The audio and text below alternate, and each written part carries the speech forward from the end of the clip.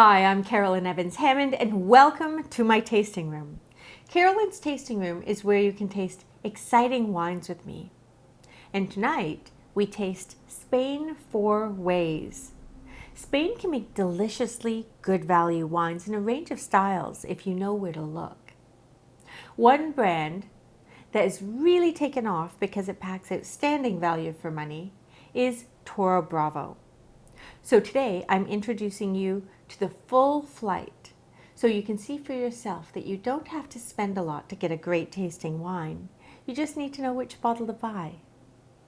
So the wines in today's flight include the non-vintage Toro Bravo Seco Sparkling, the 2022 Toro Bravo Verdejo Sauvignon Blanc DO La Mancha, the 2022 Toro Bravo Shiraz Garnacha Rosado DO Manchuela, and the 2021 Toro Bravo Tempranillo Merlot DO Valencia. Let's taste.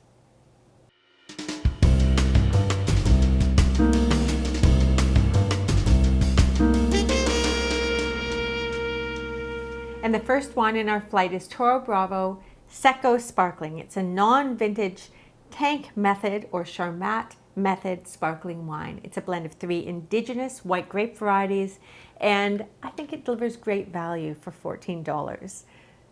In the glass, shiny bright, so we know it's stable. Fine mousse forms at the side of the glass from the bubbles, and the bubbles are threading persistently through the center of the glass. All good signs. And on the nose, see, I love that. It's just pure. The nose reminds me a little bit of grapefruit drizzled with honey. Maybe a subtle note of earthiness, but more chalky, sort of clay, which you get from Perolata, which is one of the grape varieties in the blend. But it's not, it's still very, very clean. It's not off-putting in any way, which can be the tragic flaw of so many inexpensive sparkling wines, or any wine for that matter. So, quick sniff. Let's have a taste. Beautiful. Streams in, lots of fruit stuffing. It drenches the palate, and there's wonderful tension between mouth-watering acidity and that 18 grams per liter of residual sugar. So you have this wonderful sweet and sour tension, leaves the palate scraped clean. It's a quenching wine. You could even, pour this, cocktail style with a few ice cubes if you wanted. It's a fabulous wine for all those casual moments when you keep this in the door of the fridge and you just want to pour something, for fun. So let's have a quick taste and see how it's expressing itself on the palate. Beautiful. Juicy, clean, citrus flavors. I'm getting grapefruit, but it's sort of like a pink grapefruit, not white. So ruby grapefruit drizzled with honey is absolutely there. And there's a little bit of length, and on that finish, I'm getting a little bit of floral notes, maybe rose petal or violet. And it lingers a little bit, which I like. So this is, I think, a great value sparkling wine at a time when prices are on the rise.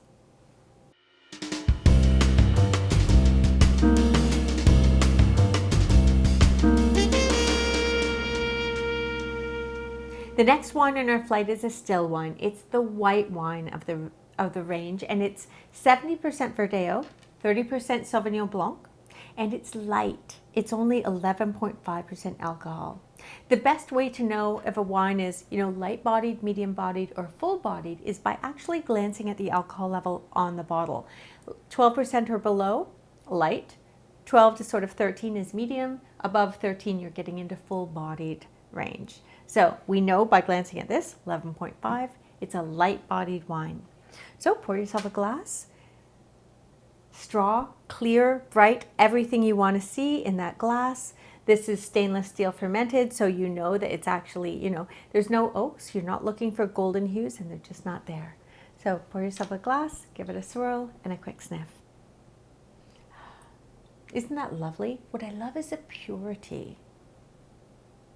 There's nothing off-putting about this nose. And inexpensive wines can smell dirty. They can smell funky. Not the case here. This is pure. You smell that? white peach, pear, like freshly sliced pear. Lovely, clean. That's what you want. And it's not too fragrant. It's not going to, overpower. We're not in Sauvignon Blanc from New Zealand country. We are in Europe. And so you've got that restraint, and that's evident. Besides, it's 70% Verdejo, which is not wildly aromatic. So have a sip and let's see how it's expressing itself on the palate. Streams in like liquid satin. And I love that. It's a mark of balance.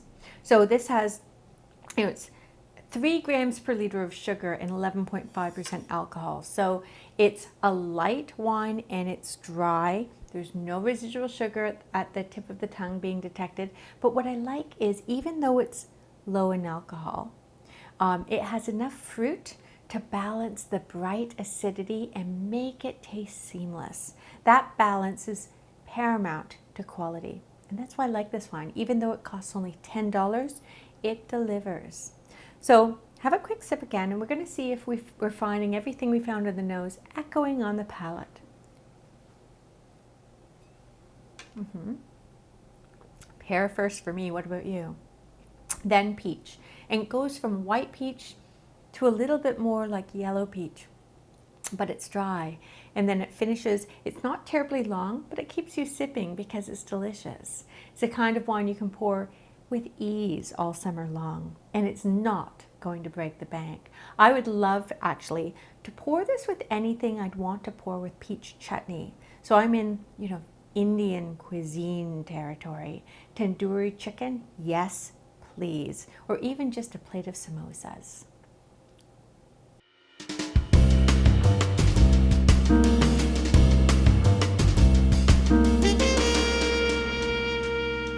The third wine in our flight is a Rosado. It's a blend of Shiraz and Garnacha. It's a blend of actually 40% Garnacha and the difference, or 60% Shiraz, and I think it's lovely. So pour yourself a glass and you'll notice a color. The color is pale. Now many rosés from Spain are deeper pink. This is sort of a pale salmon, very pretty. It's sort of, to my eye, it's rose gold. You see that? It's very pretty. I like the color. It's also very clear and bright, which you'd want. Give it a swirl, and let's have a sniff. Now that smells delicate and elegant. A little bit of honeydew melon, rose. I'm getting definitely like floral characters, as well as cherry and red currant.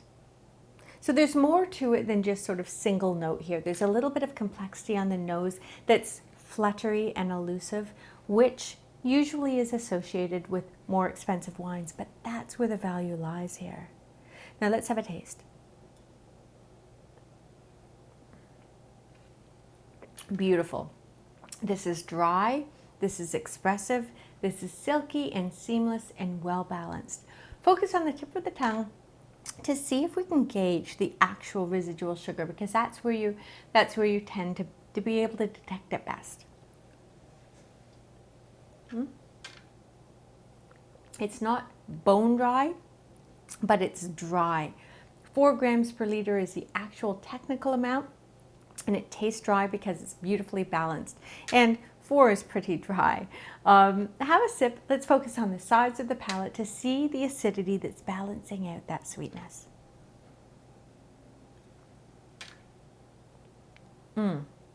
Mouth-watering acidity absolutely balances out the other technical components. And at 12% alcohol, you're noticing no alcoholic heat because there's enough fruit blanketing the alcohol, so it just tastes smooth, seamless really. Isn't that lovely? Everything found on the nose is sort of resonating or echoing, if you like, on the palate. And there's more length, I think, in this one than the last one. And I love that because it makes it food friendly. It bridges to whatever you're going to pair with it. And a chilled glass of rosé is quite possibly the most versatile wine style in the summertime. It's a kind of wine that is beautiful with finger foods. Any salty finger food you can imagine will go with this. My favorite, potato chips, plain potato chips.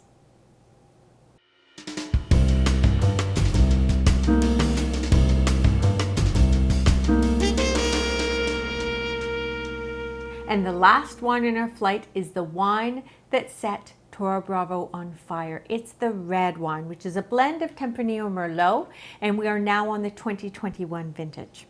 So pour yourself a glass, deep dark color, and a swirl and a sniff. See, I love that. This smells like beautiful fruit, like black cherries and black currant, blackberry, and a hint maybe of charred earth or something like that. I really like this. This nose is beautiful. And on the palate, great saturation, drenches the palate, and yet it's also very juicy. There's a juiciness here that makes it supremely drinkable. And drinkable wines you want, especially this time of year. Do you have a sip and notice that juiciness? There's lots of acidity, but it's balancing the wonderful concentration and all the other elements of the wine. Now, there's no alcoholic heat at all at the back of the palate. It's 13% alcohol, which is, medium bodied, which is great. It's the no alcoholic heat means it's going to stay fresh for a while.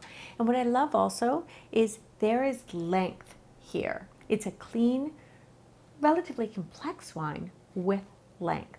Length is absolutely a hallmark of quality. So have a sip and let's see how it's expressing itself.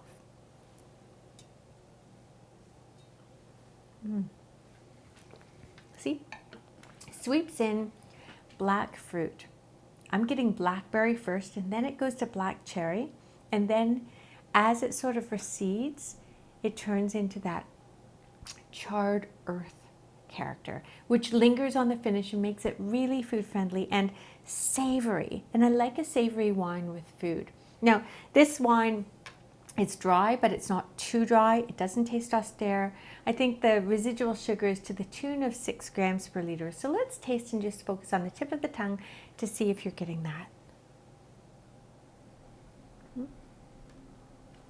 You can detect it that way, but no other way because it's so hidden from by the other components. And that, that kiss of residual sugar that makes it taste polished and well balanced also makes it a wine you can pour cocktail style. You don't actually need to eat with this because of that perfect balance and the little bit of sweet fruited goodness. And I like that. So this is a wine that's easy to enjoy, and it might be the consummate burger wine.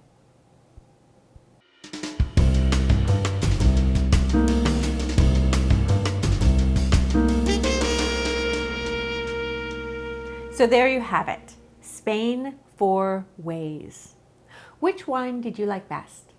Let me know in the comments below, and don't forget to like and subscribe because I'm coming right back with another flight of delicious wines so you can drink better and learn how.